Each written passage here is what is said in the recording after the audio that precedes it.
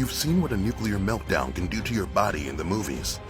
It can cause strange deformities, radiation burns, and extra body parts. But how much of that is true? Maybe you should have asked that before you bought a house so close to the nuclear power plant. Because now the warning sirens are blaring and you're running out of time. Here's how to survive a nuclear meltdown. About 6 million Americans live within a 16-kilometer radius of a nuclear power plant. And according to the Nuclear Regulatory Commission, if you're one of those 6 million people, you're living in the danger zone. With the United States being home to over 100 reactors, there is about a 50% chance of at least one accident happening in the next 25 years. So what should you do when it happens? Should you evacuate or stay inside? Why would calling your family be a bad idea? And how could you avoid radioactive dust? But before we get too ahead of ourselves, let's learn a bit more about what we're dealing with. We produce nuclear energy by splitting uranium nuclei using nuclear fission. If the heat it produces begins to melt the nuclear reactor's core in the containment vessel, it could cause a nuclear meltdown and release radiation into the environment. One of the most famous nuclear meltdowns happened in Chernobyl, Ukraine. In 1986, a power surge during a systems check destroyed a nuclear power station and released vast amounts of radioactive material into the environment. In the following years, over 300,000 people were evacuated.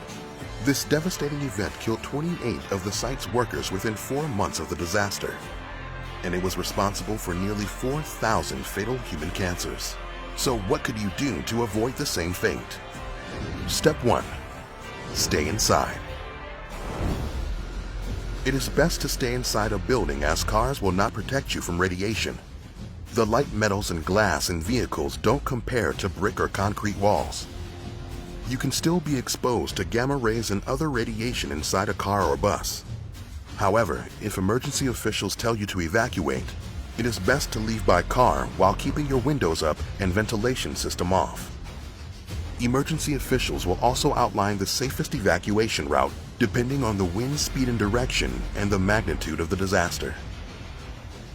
Step 2. Gather materials. If you live within the 16-kilometer radius of a nuclear plant, you will receive preparation materials every year. If you're outside that radius, you still should know what to do and prepare for a nuclear incident. It would be a good idea to have a 2-week stockpile of food and water, and extra batteries for your phone or other communication devices would be important too, as you don't know how long you'll be away from home. You'll also need to have basic medical and sanitary supplies, including toothbrushes, toothpaste, shampoo, soap, feminine hygiene supplies, deodorant, and a well-equipped first aid kit. And having potassium iodine handy could be important too. It can reduce the amount of radioactive material your body absorbs. Your local pharmacy should have it. Step 3. Don't phone a friend. Evacuate with the people near you, as you don't know if your friends and family are contaminated.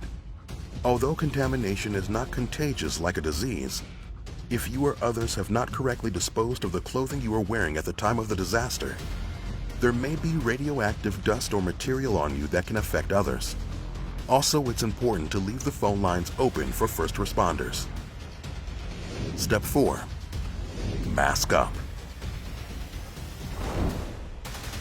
Remember all those masks you've been wearing to avoid COVID-19? Use them if you have to go outside during a nuclear meltdown or radiation emergency. Cover your nose and mouth with a mask, cloth, or towel to avoid breathing contaminated air. Step 5. Listen to the authorities. If you're within an emergency planning zone, you'll be alerted by a siren, a tone alert on your radio, or an automatic call from a public safety warning system. The evacuation orders will tell you to go to shelters with basic food, water, medicine, and sanitary necessities. you should not return home until authorities tell you to. They'll test to make sure the levels of radioactive contamination in the air, water, and soil are safe.